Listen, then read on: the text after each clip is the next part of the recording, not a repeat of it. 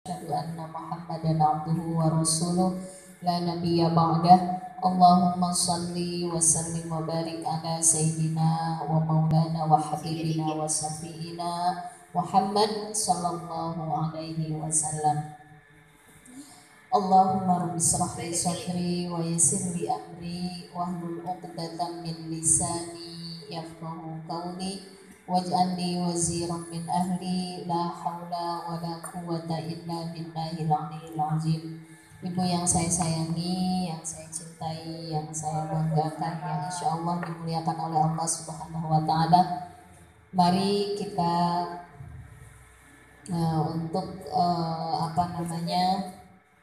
sekali lagi bersyukur kepada Allah karena dengan taufik hidayahnya kita bisa sampai di majlis ilmu ini, sehingga akal kita bisa tercerahkan. Kenapa saya bilang tercerahkan? Karena dengan ilmu inilah akal akan terisi makanannya. Dan kalau akal tidak diisi dengan makanannya yaitu ilmu, maka hidup kita tidak sempurna kebahagiaannya. Ada orang di luar sana tuh mungkin secara ekonomi dia tercukupi, kemudian dia juga mampu untuk melakukan ibadah-ibadah yang bersifat ubudiyah kepada Allah. Dia bisa sholat, bisa puasa, dia juga bisa berzakat dan sebagainya.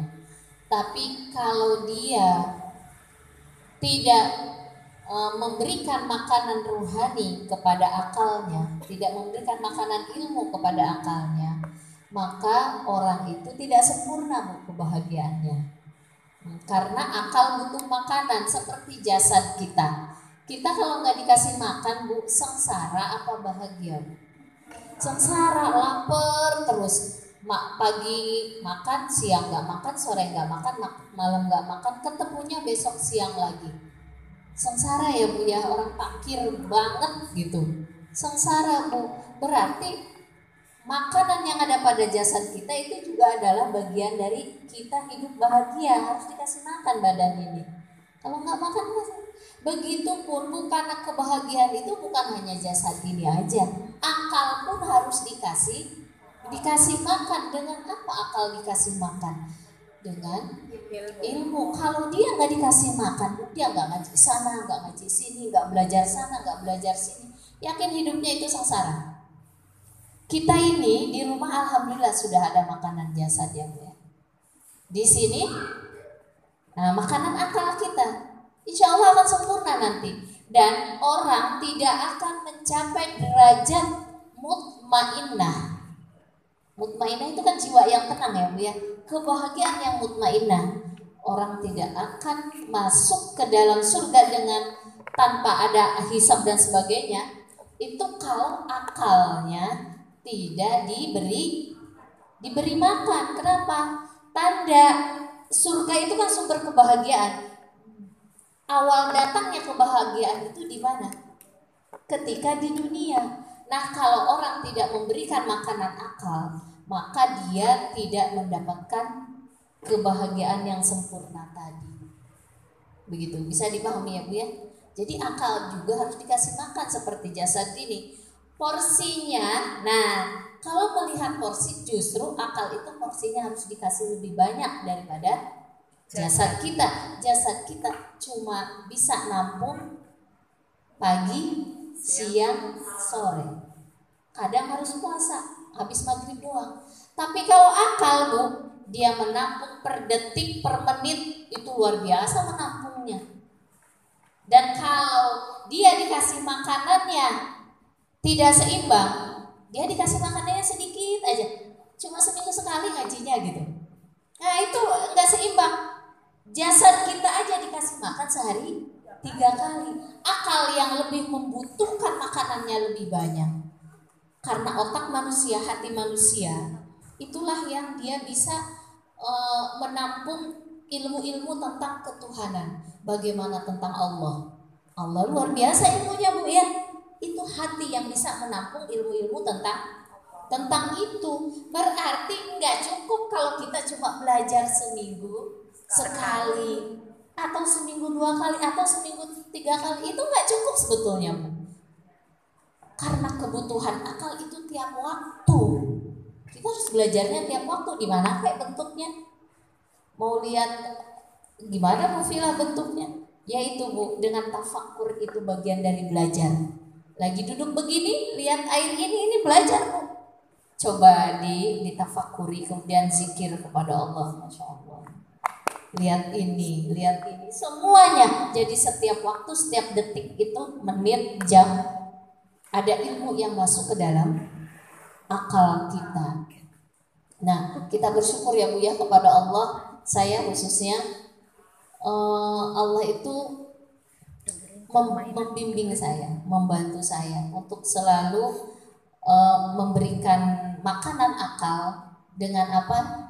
Syariatnya itu dengan jalan diberikan amanah untuk ngajar di sana, ngajar di sini. Jadi setiap hari nggak pernah ada absen itu untuk belajar. Karena kan harus isi. Hari ini seminggu 3 kali di Majelis Salim Abu Bala. Kemudian di majelis Torikoh ya, Torikoh di tempat saya ngaji juga saya ngisi. Belum lagi di kampus, semuanya kan harus dibuka semua buku semuanya. Jadi terus saja belajar. Di situ artinya akal khususnya buat saya gitu ya Bu ya. Akal itu terus aja dikasih makanan gitu. Nah itu. Jadi sekali lagi kita mensyukuri kepada Allah dengan ucapan alhamdulillahillazi bi ni'matihi tatimmus shalihah. Kemudian salawat beserta salam semoga tercurahkan kepada baginda kita, kekasih kita, tauladan hidup kita, yaitu baginda Rasulullah Sallallahu Alaihi Wasallam. Ibu, kita lanjut yang kemarin bahwa dalam bab tentang tafakur ya Bu ya, Al-Qais sudah kita lewati,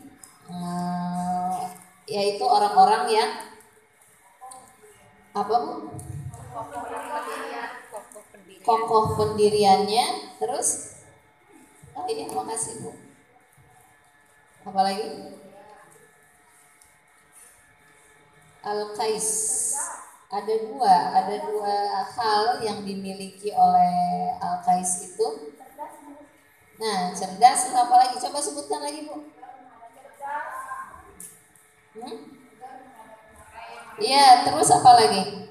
Coba dikeluarkan pengetahuannya yang sudah didapat. Nah, ya, cerdas, cerdik, terus mampu merendahkan dirinya, merendahkan hatinya ya. Dia mampu menahan hawa nafsunya. Intinya gini Bu, Al-Qais itu yaitu orang yang suka bermuhasabah, suka mengevaluasi diri, kemudian juga mampu menahan diri dari semua hawa nafsu yang menghancurkan dirinya. Baru nanti apa aja poin-poinnya yaitu tadi ya. Jadi intinya itu dua sebetulnya ya. Satu, suka bermuhasabah. Maka di dalam ilmu tasawuf ada thariqah namanya thariqah al-hasibiyah. Dia terkenal sekali Bu. Jadi sebelum tidur tuh dia atau sebelum tidur tuh nulis dulu kejadian hari ini apa, kekurangan saya hari ini apa yang harus saya perbaiki. Itu thariqah al-hasibiyah namanya Bu. Jadi kalaupun kita tidak berthariqah seperti mereka, tapi kita belajar dari situ. Kenapa? Karena kalau ingin jadi seperti Al-Qais ini, kata Rasulullah, yaitu salah satunya dengan suka bermuhasabah. Gitu. Bermuhasabah, menghitung-hitung kelebihan saya apa, kekurangan saya apa yang harus saya perbaiki gitu. Kemudian yang kedua, menahan diri dari semua hawa nafsu yang menghancurkan dirinya ya. Udah, itu intinya aja. Yang poin-poinnya udahan kemarin ya. Nah, kemudian apa selanjutnya? wal aziz wal ajizu manittaba'a nafsahu hawaha. Dan orang yang kerdil yaitu orang yang hanya menuruti hawa nafsunya. Wa tamanna 'ala Allah, tetapi dia mengharapkan berbagai harapan karunia kepada Allah. Jadi begini Bu, orangnya ini mentalnya lemah, jiwanya kerdil. Nah, bagaimana sifat orang yang kedua? Kalau yang pertama kemarin Al-Qais ya Bu ya, hebatlah, keren lah gitu. Kita juga pengen seperti itu. Nah sekarang kata Rasulullah kebalikannya, siapa yang selain Al-Qais? Yaitu orang yang lemah itu, orang yang lemah mental Bu. Orang yang lemah mental ini begini Bu, pertama cirinya suka nyalahin orang lain. Yang kemarin itu juga udah ya Bu ya sedikit, tapi kan kebalikan dari Al-Qais belum kita udah dijelaskan sedikit. Jadi kalau ada apa-apa itu bukan introspeksi dirinya, tapi yang disalahkan, iya kalau anak tawuran, pasti yang disalahin temen-temennya atau sekolahnya. Wah itu sekolahnya nggak bener, nah itu teman-temannya beragaju dan sebagainya, jadi anak saya terbawa. Nah coba kalau kita perbaiki introspeksi diri kita. Anak itu kalau kuat keimanannya Bu, kalau kuat pengetahuannya, akalnya dikasih ilmunya cukup, dia nggak bakalan ikut-ikutan Bu. Itu faktor X istilahnya. Yang terpenting bagaimana menanamkan faktor internal di dalam jiwanya ya Bu guru ya. Yang guru sekolah kan gitu ngajarin ke anak-anak. Jadi itu faktor X gitu Bu.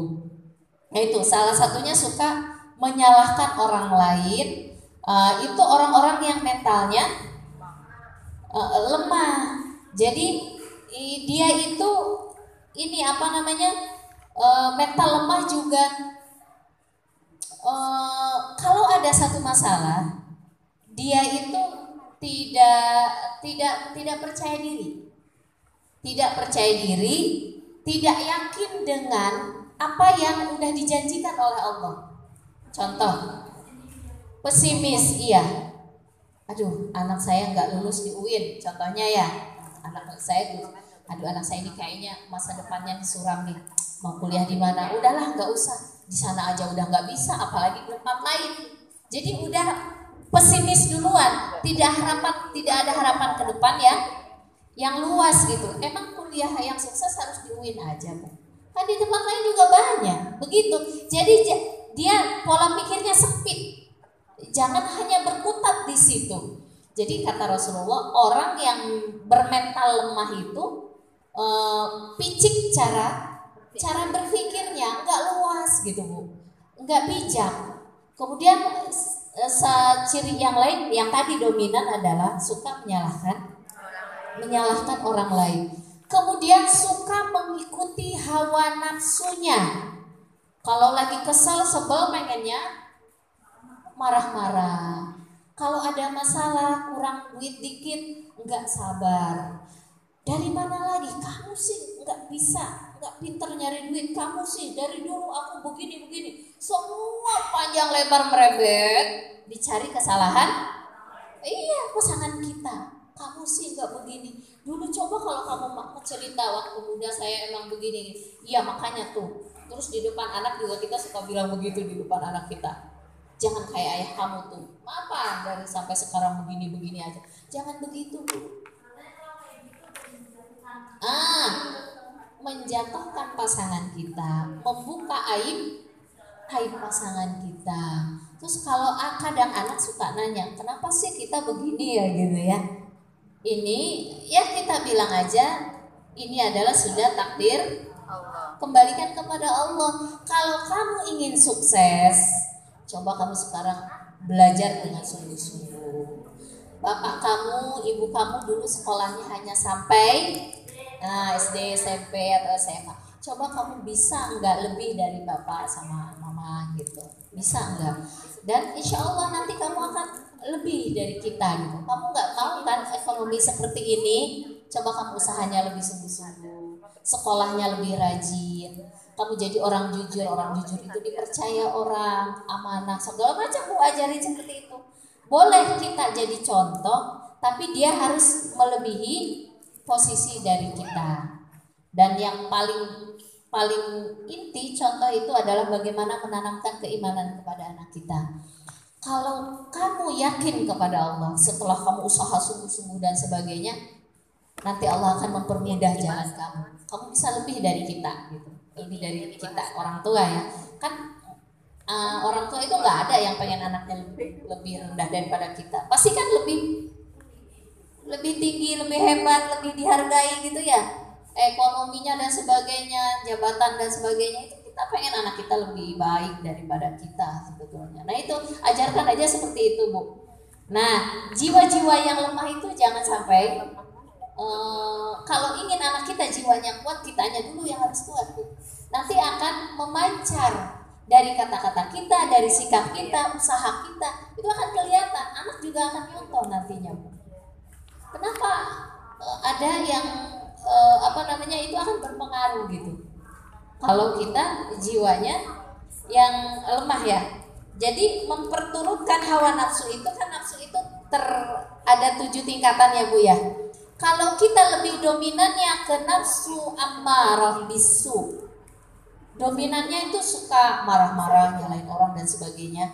Nah itu berarti kita masuknya ke level yang sebaliknya al-qais atau masuk ke al-lawamah. Suka Bu al-lawamah itu? Wala uqsimu bin nafsil lawamah, mencaci diri sendiri. Nah, kalau mencaci diri sendiri atau apa istilahnya selain mencaci? Menyalahkan diri sendiri.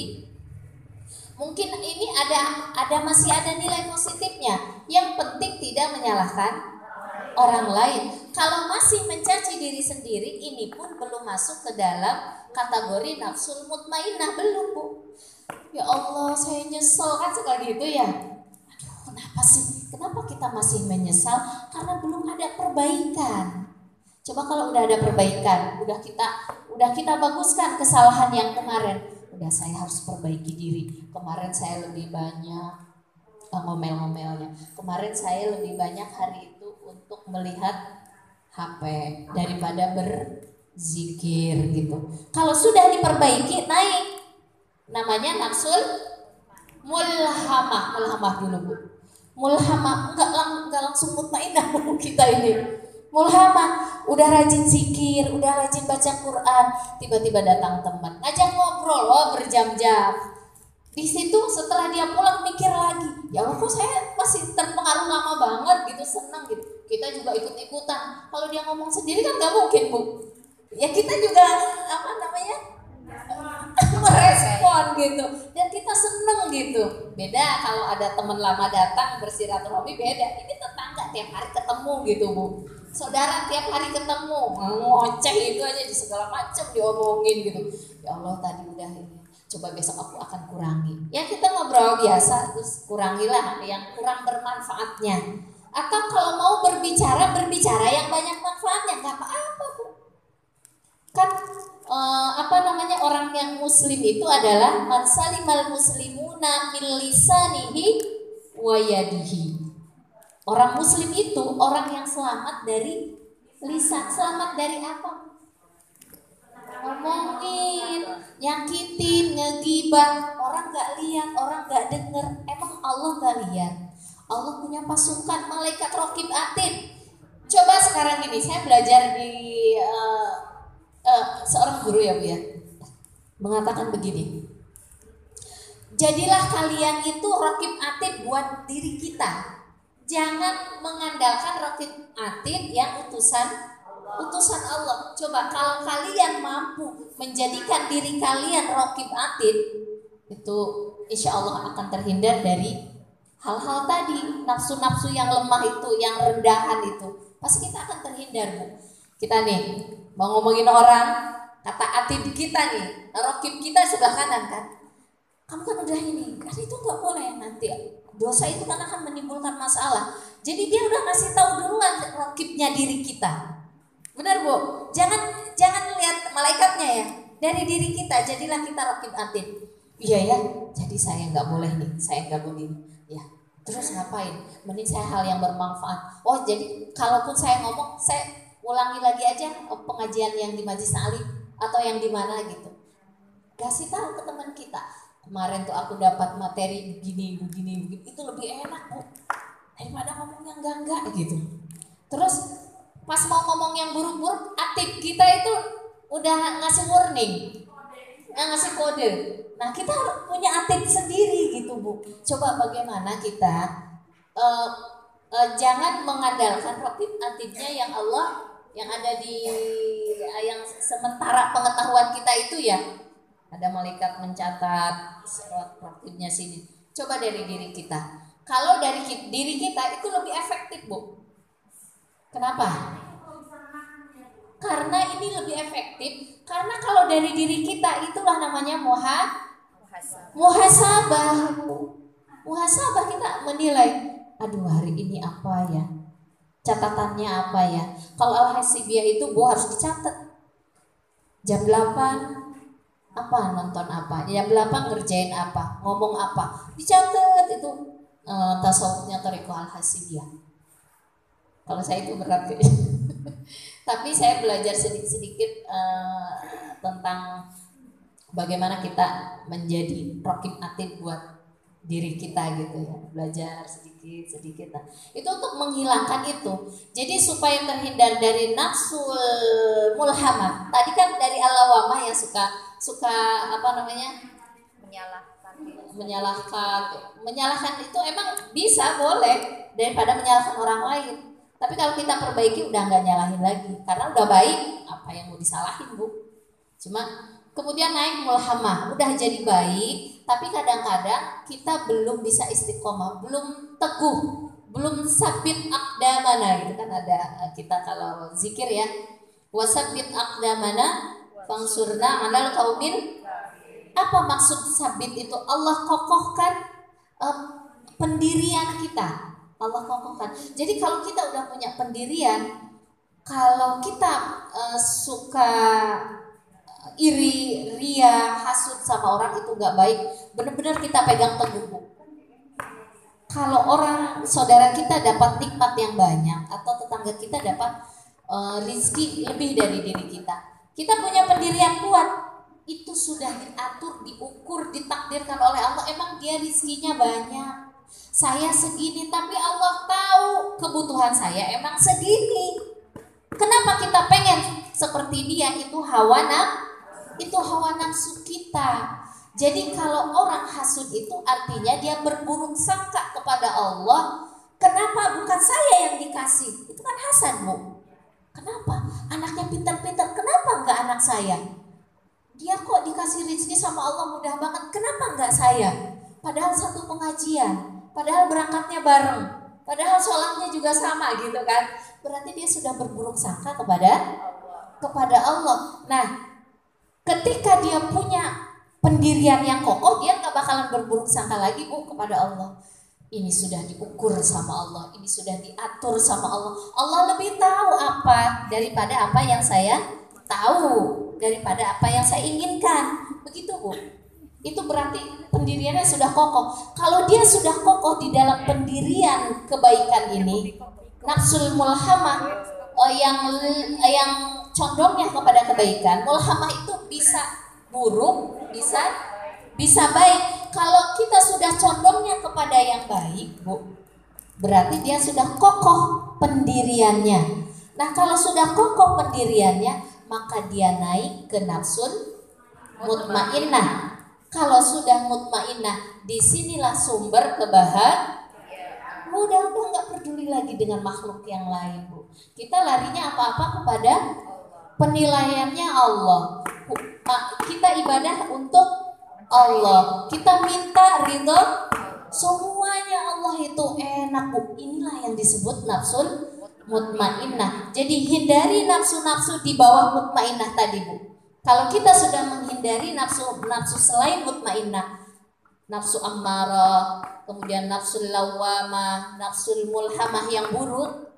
Nah, ini orang-orang yang mentalnya lemah, yang kerdil, yang Yang itu yang mulhamah tadi, yang buruk-buruk tadi. Kemudian apalagi orang yang mentalnya lemah, yaitu berarti orang yang rugi ya Bu ya. Tadi kan mentalnya lemah, kemudian suka nurutin hawa nafsu. Yang satu lagi adalah ketika seseorang sudah berbuat yang buruk, yang merugikan dirinya, terus dia berpikiran begini, padahal dia belum rajin ngaji, padahal dia kadang sholat kadang enggak, padahal dia kadang puasa kadang enggak. Dia nyeletuk begini Bu, wa tamanna 'ala Allah. Dia berharap Allah itu memberikan kasih sayangnya kepada dia. Dia berharap nanti juga masuk surga. Dia berharap nanti juga diampuni sama Allah. Dia berharap nanti Allah akan tetap kok nggak ninggalin saya. Tapi dia tetap dalam maksiatnya. Ini orang yang rusak kata Rasulullah. Yang sebaliknya Al-Qais tadi. Jadi udah selalu dalam keburukan, tahu itu maksiat, dia tidak memperbaiki dirinya, dia tidak bertobat, dia bilang kan Allah Maha Pengampun. Nanti ajalah saya sholatnya kalau sudah tua. Nanti ajalah saya kalau mau ngajinya kalau sudah enggak banyak kegiatan. Kalau udah enggak punya, kalau anak-anak saya sudah besar, entarlah saya mau ngaji. Saya sekarang lagi sibuk nyari rezeki ya, nyari duit. Anak saya sekolah semua Bu Vila, belum sempet buat ngaji. Udah anaknya selesai nikah semua, sekolah semua. Aduh Bu, saya sekarang dititipin cucu, nggak bisa ngaji lagi. Cucunya udah satu, belerot tambah lagi. Itu cucunya udah ada yang ngasuh Bu. Iya ini repot aja sih di rumah, nggak ada ujung-ujungnya. Iya nggak ada habis-habis. Ini orang yang bermental. Ini orang yang bermental yang tidak kebalikan dari Al-Qais tadi. Cari-cari alasan. Ujung-ujungnya dia mencari untuk modus menutupi kekurangannya. Kan nanti tobat kalau udah tua. Nanti kan masih banyak waktu. Terus aja dicari-cari. Allah itu Maha Pengasih, Allah itu Maha Penyayang. Emang iya Allah Maha Pengasih Bu, Maha Penyayang. Tapi Allah Maha Pengasih, Maha Penyayang bagi orang yang berusaha untuk merubah dirinya ke arah yang lebih baik. Ternyata dirinya belum baik, ya itu baru itu Ar-Rahman Ar-Rahim. Ada semut. Di leher saya ada semut. Kayaknya gak nyaman nih Ustazah dari tadi. Iya. Saya perhatiin tangannya ke leher terus.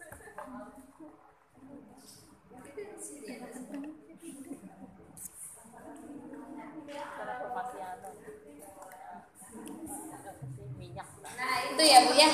Wa tamanna 'ala Allah. Saya pernah berdiskusi dengan anak saya nih Bu. Dek, kamu tuh suka ngelatin sholat ya? Udah jam 2 Bu, masih duduk aja santai gitu kan? Atau setengah 3 dia baru bangun. Bahkan kalau baru bangun katanya boleh gitu kan, gini kan cari-cari alasan. Udah gitu, kamu tuh ya tadi udah begini, siang udah begini, udah berapa kali mama lihat kamu berbuat yang Allah itu kurang suka gitu ya. Terus dia gini, Mama, kalau dosa itu banyak, kan Allah itu Maha Pengampun ya Mah ya. Allah itu Maha Penerima Tobat ya Mah ya. Itu terus saya kasih tahu, Allah Maha Penerima Tobat bagi orang yang ketika dia setelah berbuat dosa, dia meniatkan keinginan yang kuat tidak akan mengulangi itu lagi. Tidak akan mengulangi itu lagi. Kalau seandainya besok terulang, nah ini yang akan diterima tobatnya oleh Allah. Kenapa? Dari awal niatnya dia tidak akan mengulang. Dia tidak akan melakukan itu lagi. Berusaha menjadi orang yang baik. Kalau orang yang tidak diterima oleh Allah, pertama begini, ketika dia melakukan satu perbuatan dosa, Allah Maha baik ini, tenang aja. Dia berbuat dosa lagi, tidak ada keinginan untuk tidak melakukan. Dia masih ada senang melakukan dosa itu Bu. Masih ada keinginan untuk melakukan itu.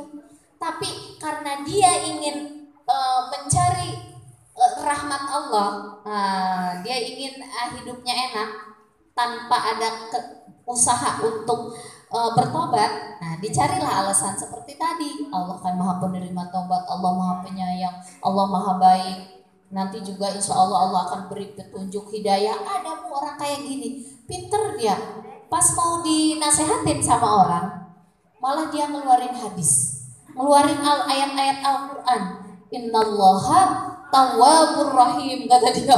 Allah itu maha penerima tobat dan maha penyayang. Ada bu anak UIN nggak sholat, tapi ilmunya dia punya. Dia nggak sholat, dia nggak puasa. Kata dia dinasehatin kan sama teman-teman yang lain. Ini cerita teman saya bu. Dosen saya juga cerita begitu. Ketika dia dinasehatin, dia lebih pintar daripada yang nasehat.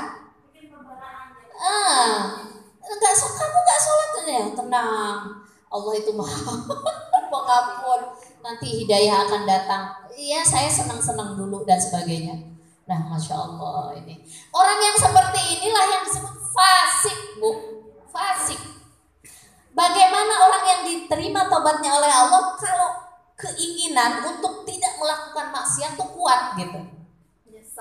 Menyesal. Kalau orang yang dikatakan sebaliknya dari Al-Qais itu, dia nggak menyesal bu, tapi cari-cari pembenaran, cari-cari untuk dia selamat gitu.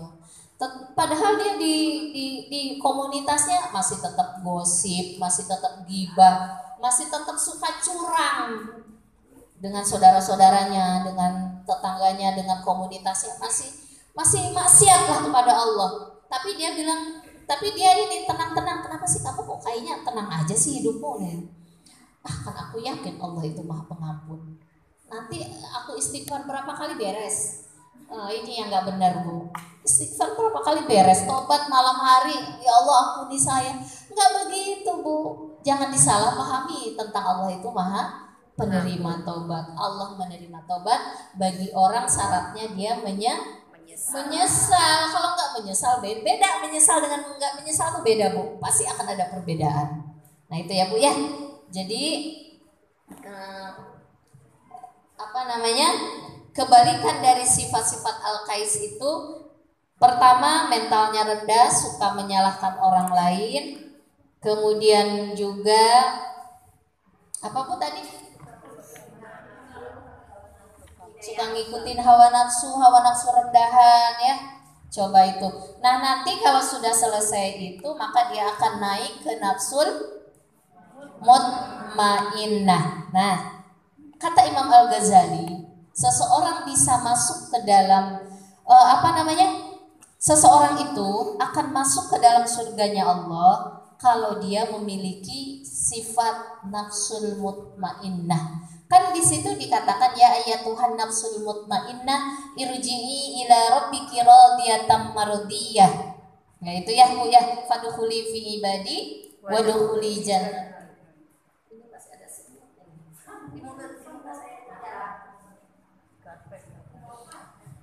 Jadi begini Bu, menurut Imam Al-Ghazali, kenikmatan ukhrawi itu bisa didapatkan ketika seseorang mendapatkan kenikmatannya di dunia. Mutmainnah, jiwa mutmainnah ini badan kita, jiwa kita itu bisa mendapatkan kenikmatan ini. Itu ketika kita di akhirat nanti, tandanya di dunia juga kita akan dapat. Tandanya di dunia akan dapat nih. Ada beberapa tanda. Kata Imam Al-Ghazali. Yang pertama, ada 4 ya Bu ya. Yang pertama, bahwa jiwa, akal kita, akal itu bagian dari jiwa Bu. Akal itu bagian dari jiwa. Kenapa? Jiwa itu kan sesuatu unsur yang ada di dalam diri kita ya Bu ya. Sekarang akal itu kenapa disebut bagian dari jiwa? Sekarang saya tanya kepada ibu-ibu. Kalau saya teruskan nerangin akal bagian dari jiwa, ibu nggak ngerti. Kita analogi dulu ya. Kita cari persamaannya. Tangan kita jiwa bukan Bu? Bukan. Mata kita bukan. Badan kita bukan jiwa. Dia adalah jasad. Kenapa kan ada disebut jasad, ada disebut jiwa. Jasad dengan jiwa makanannya sama apa beda, Bu? Beda. Udah, Ibu paham sekarang. Jiwa, jasad itu sesuatu yang kelihatan dari luar. Kalau jiwa kelihatan nggak, Bu? Kenapa akal bagian dari jiwa? Karena tidak kelihatan. Nah, itu makin cerdas. Kita jangan jadi orang awam rendahan terus ya, Bu ya. Jadi orang awam yang agak pinter lah ya. Malah selevel mahasiswa ya, Bu ya, mahasiswa. Ini pelajaran mahasiswa, Bu. Tapi kita nggak bakalan pinter-pinter kalau saya nggak menyampaikan ini, Bu. Nggak ngerti gitu tentang jiwa apa, jasad apa gitu. Makanya saya sampaikan. Jadi seseorang itu akan mendapatkan kehidupan yang bahagia, jiwanya mutmainnah, badannya mutmainnah, itu ada empat hal. Pertama, akalnya, atau akal itu bagian dari jiwa ya, Bu ya. Dia saya ulang lagi, karena Ibu nggak bakalan baca buku kayaknya. Jadi apa yang saya terangin aja ngertinya. Tapi mudah-mudahan kalau mau baca buku, baca karya Imam Al-Ghazali, boleh Ibu baca. Akal itu bagian dari jiwa. Karena akal itu bagian dari jiwa, maka dia harus dikasih makanan. Makanannya apa akal, Bu? Ilmu. Kalau orang punya akal nggak dikasih makanan, maka dia akan gersang, Bu. Kesana salah, kesini salah. Mau bikin kue aja kagak bisa, Bu. Bisa jadi nggak bikin kue? Kagak bisa. Mau masak kagak pakai ilmu, bisa nggak, Bu? Enggak, itu yang jasad ya, Bu ya. Bagaimana dengan yang batin, yang jiwa ini? Ibu berbicara dengan orang tanpa pakai ilmu, itu kita ngomong kan ingin menyampaikan sesuatu, itu bisa diterima apa enggak? Bisa dipahami apa enggak kalau pakai tanpa ilmu? Ngawur, Bu, kemana-mana nggak jelas. Itu orang ngomong apa sih? Saya nggak paham. Kalau orang ketika berbicara nggak dipahami aja orang nggak mau dengar kan? Apalagi kalau kita bersikap. Sikap kita kok celetak-celetuk, nggak jelas, nyakitin, ngomong juga. Kenapa dia mau berbuat seperti itu? Karena kagak punya ilmunya. Kalau orang punya ilmunya, Bu, sikapnya dijaga sopan santun. Iya, lisannya juga lurus, nggak celetak-celetuk, pandangan matanya nggak pelotot-pelotot, redup, sayu, gitu, enak, gitu. Assalamualaikum, sambil senyum. Itu tuh orang punya ilmu, maka akal harus dikasih. Itu dengan manusia, bagaimana dengan Allah? Orang kalau sholat aja nggak pakai ilmu, Bu. Baru tadi sholat zuhur udah sholat asar lagi. Kenapa dia ngomongnya begitu gak jelas? Karena gak diisi akalnya dengan pengetahuan bagaimana mengenal Allah. Kalau dia diisi pengetahuannya gak bakalan ngomong kayak gitu. Jadi segala sesuatu harus punya. Nah, dan ilmu itu adalah makanan. Kalau akal gak dikasih ilmu, gak bahagia hidupnya. Gak bahagia. Dan ciri-ciri penghuni surga adalah orang yang akalnya dikasih makanan, dia jasadnya dikasih, akalnya juga dikasih makanan. Yang kedua, waro. Waro itu apa, Bu? Waro itu dia hidupnya lurus, tidak apa, Bu? Tidak mencang-mencong, maksiat sana dikerjain, maksiat sini dikerjain. Artinya dia menjauhkan dirinya dari maksiat kepada Allah. Disuruh ngaji itu, belajar itu adalah kewajiban, maka dia laksanakan.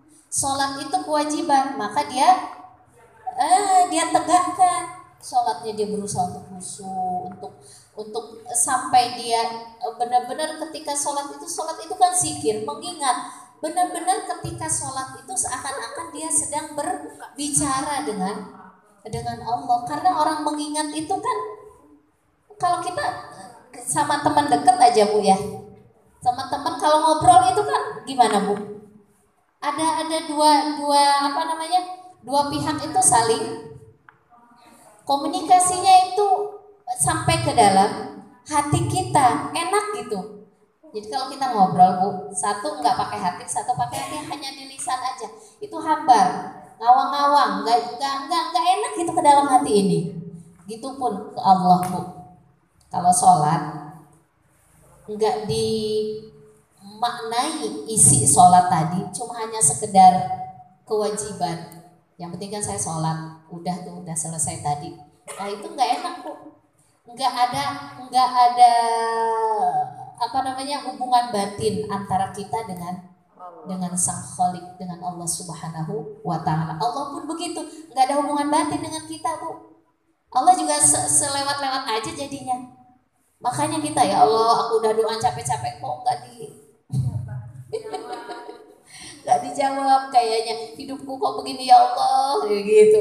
Kalau lagi susahnya ya Allah gitu ya, ingat sama Allahnya. Sholatnya bener nggak tahu, kan gitu sih sholatnya, nggak pakai batin kita gitu. Dan itu waro ya, jadi menghindari maksiat, kemudian kita juga menghindari hal-hal yang diharamkan oleh Allah. Rizki, makanan yang kita makan, pakaian yang kita pakai, sendal yang kita injak, tas yang kita bawa, itu ada haramnya enggak? Ada unsur haramnya enggak di dalamnya? Itu buat diri kita Bu. Bagaimana buat anak-anak kita? Kalau seandainya suami nih, maka jangan hati-hati gitu ke suami kita. Kan dia yang nyari nafkahnya. Jangan sampai ada makanan yang haram masuk ke dalam tubuh kita, diri kita. Kenapa? Menjadi kita itu nanti hidupnya nggak tenang, nggak bahagia. Jadi unsur yang membuat mutmainnah itu yang kedua adalah kalau kita terjaga dari makanan yang haram. Kalau seandainya masih nih kita, sekarang coba hilangkan. Kalau enggak sekaligus sedikit-sedikit dulu hilangkan. Itu nanti akan tenang Bu jiwa kita. Jadi si jiwa ini punya makanan, dari makanan yang dimasukin ke dalam tubuh kita itu akan berpengaruh dengan jiwa kita, jiwa mutmainnah kita. Jadi kok sering sedih, sering nggak jelas gitu Bu. Suka sering nggak jelas ya Bu. Karena ada makanan yang haram mungkin yang masuk ke dalam salah satunya. Nah, yang selanjutnya yang subhat pun begitu Bu, yang nggak jelas. Ini haram apa enggak? Halal aja. Padahal belum jelas. Halal aja nanti. Kita doa Allahumma in kana rizqi fis samai wa in kana muharraman fatahhirhu. Wah, itu dicari modusnya fatahhirhu. Seandainya makanan ini haram ya Allah, bersihkanlah ya Allah. Aku mau rajin berinfak, bersedekah, tahu itu subhan, tahu itu haram, tetap dikerjain. Sholat duha dia, selesailah. Perasaannya dia, udah diampuni sama Allah. Kan wa in kana muharraman fatahhirhu. Itu kalau wa in kana muharraman fatahhirhu itu sesuatu yang kita tidak sengaja. Kalau disengaja mah nggak bisa Bu. Kata Allah enak aja. Itu tuh kalau kamu nggak sengaja. Ada Bu. Ada, itu pengalaman saya. Dia curhat. Saya nggak menjelekkan dia ya. Saya tidak sebutkan nama. Ada harta haram di dalamnya. Dia lakuin. Katanya saya mau bersihkan dengan infak, sedekah tuh saya sholat duha katanya. Kemudian saya berdoa sama Allah, wa in kana muharraman fatahhiru. Kamu tuh sesat saya bilang.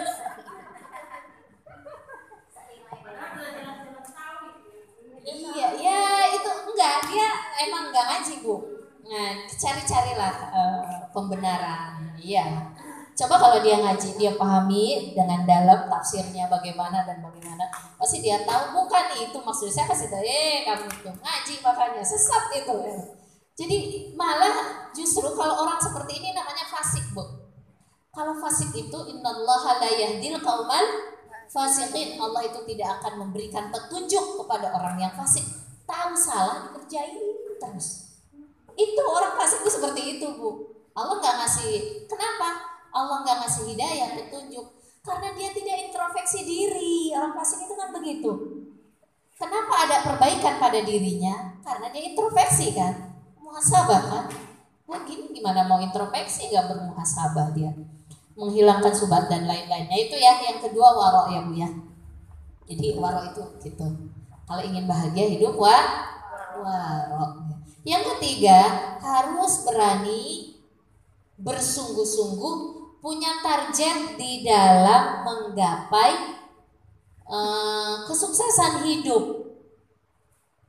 Harus berani. Saya ini mau ngaji ke sini aja nanti dibilang tetangga, jadi soalin, nggak enak ya udahlah nanti di rumah aja. Harus berani. Saya berani karena saya punya target. Targetnya apa? Saya punya ilmu.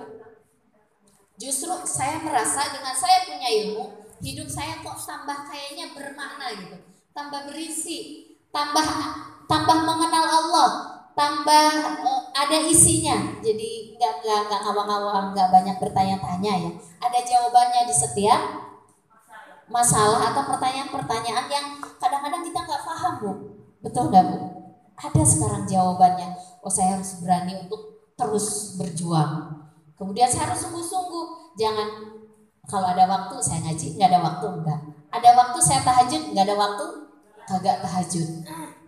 Capek dikit, aduh lagi lelah banget. Nggak apa-apa kali kalau lagi capek mah nggak tahajud. Nggak tahajud dulu deh, nunggu subuh tuh datang. Itu namanya nggak sungguh-sungguh, Bu.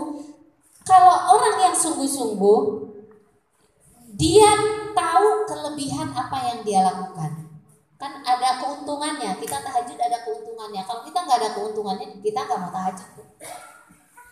Kenapa orang tahajud itu harus punya ilmunya juga, Bu? Contohnya tahajud aja. Yang lain banyak, Bu. Ketika tahajud, zikir-zikir kita, bacaan-bacaan kita kan dibawa oleh malaikat naik ke atas arasy. Ketika malaikat turun, malaikat itu apa, Bu? Diciptakan dari nur, cahaya. Ketika bacaan kita naik ke atas, itu cahayanya naik ke langit, naik menembus arasy, Bu. Bacaan-bacaan kita dari ta'awuznya, dari bismillahnya, dari surat al-fatihahnya, dari bacaan iftitahnya, dari bacaan surat-surat pendeknya, dibawa oleh malaikat ke atas. Kita zikir, kita baca Quran di waktu sepertiga malam itu ya, Bu ya. Kenapa rumah orang yang selalu diisi dengan zikir kepada Allah itu bercahaya naik ke atas arasy? Itu yaitu karena malaikat itu makanannya adalah tasbih, zikir. Malaikat itu, Bu. Jadi dimanapun ada rumah yang selalu diisi zikir kepada Allah, malaikat itu turun, Bu, ke rumah itu. Malaikat turun, Bu. Maka Abu Hurairah, Bu, Abu Hurairah itu membagi waktunya itu 3. Satu, anak-anaknya di awal malam. Anak-anaknya suruh belajar, suruh ngaji, suruh apa di awal malam. Di jam 10 malam sampai jam 12, sampai jam 1. Sampai jam 1 istrinya. Dari jam 1 atau jam 2 sampai subuh, sampai surut beliau. Karena itu waktu yang terberat. Dia bagi, Bu. Supaya apa? Cahaya malaikat itu menembus rumahnya setiap malam, semalaman suntuk. Mungkin Abu Hurairah itu, ya kita tahu kan dia orang yang dijamin masuk surga. Bisa juga dia kasat, bisa melihat kan, rumahku bercahaya setiap malam istilahnya. Karena dia bisa melihat juga. Tapi bukan itu intinya. Intinya adalah bahwa kalau rumah dipakai untuk hal-hal seperti itu juga akan menenangkan jiwa pemilik rumah. Rumah yang bercahaya beda dengan rumah yang gelap, Bu. Emang mungkin aja cahaya lampunya 100 watt dan sebagainya. Tapi tidak terkenal, tidak menembus langit rumah itu. Hanya di dunia saja. Tapi walaupun rumah kita gelap, Bu, hanya 5 watt gitu, tapi itu bercahaya menembus langit. Kalau rumah seseorang sampai menembus langit, sampai terkenal di kalangan para malaikat, itu kan yang suka jadi doa kita ya. Dia ma'rufan fis sama, ada orang yang terkenal di langit dan dia di dunia tidak terkenal. Ada yang begitu. Ini salah satunya, ahli tahajud itu pasti terkenal di langit. Ada orang yang di dunia terkenal tapi di langit tidak terkenal. Sekarang kalau kita suruh milih mau terkenal di mana, Bu? Di langit. Kenapa? Karena kalau sudah terkenal di langit, pasti kita akan dijamin masuk surga. Kalau dijamin di langit. Tapi kalau kita terkenal di dunia, itu belum tentu. Kalau nggak terkenal di langit, belum tentu dijamin masuk surga. Emang presiden nggak terkenal, Bu? Apalagi presiden yang punya hak veto 5 negara, ya, oh dia menguasai dunia. Nah, apalagi kalau gubernur, wali kota, itu kan terkenal kan? Tapi belum tentu terkenal di langitnya itu. Jadi artinya kalau kita sungguh-sungguh di dalam beribadah kepada Allah, Bu, nah ini akan membuat sukses jiwa kita itu tenang. Punya target gitu, Bu. Jadi Ibu kalau ingin tenang anak, ini sekolahnya targetnya apa?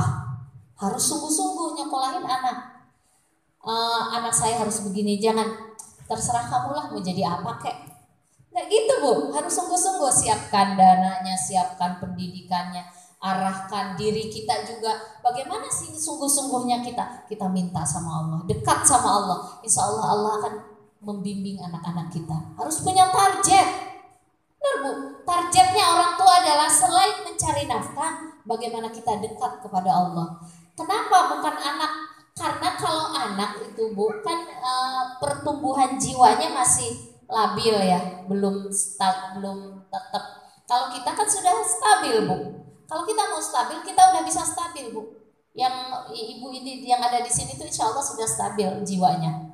Kalau mau ingin dekat kepada Allah. Tapi kalau anak-anak kita suruh dekat sama Allah, sebesar apapun yang kita paksakan, kalau dia belum waktunya belum bisa, Bu.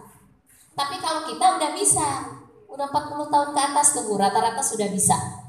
Udah bisa, dia udah sungguh-sungguh kepada Allah, ingin dekat kepada Allah, ingin mengenal Allah. Kemudian nanti dari apa yang kita cari, kemudian kita doakan buat anak-anak kita, itu adalah bagian dari jalan untuk sumber kebahagiaan mereka, sumber kesuksesan mereka gitu. Kemudian yang keempat, kita itu harus adil, proporsional. Adil proporsional di sini ini bisa terbagi dua, Bu. Bisa di level fisik maupun rohani. Adilnya bagaimana, Bu? Sudah jam berapa, Bu? Bagaimana kalau kita lanjutkan besok ya? Udah 11:30 ya, Bu ya? Ya, kita tadi kan mulainya 11:30 ya. Jadi sekali lagi, kalau ingin mendapatkan jiwa mutmainnah, kita harus memiliki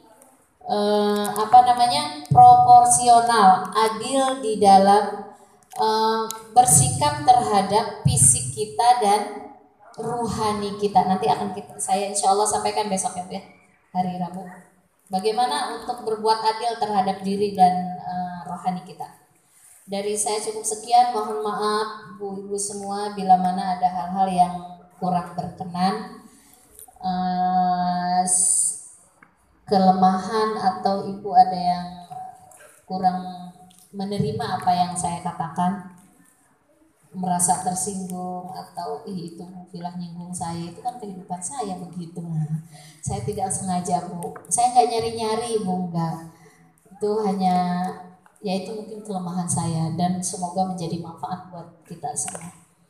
Kemudian saya juga mohon ampun kepada Allah jika lisan ini terlalu dilebih-lebihkan atau ada yang kurang hak menurut Allah.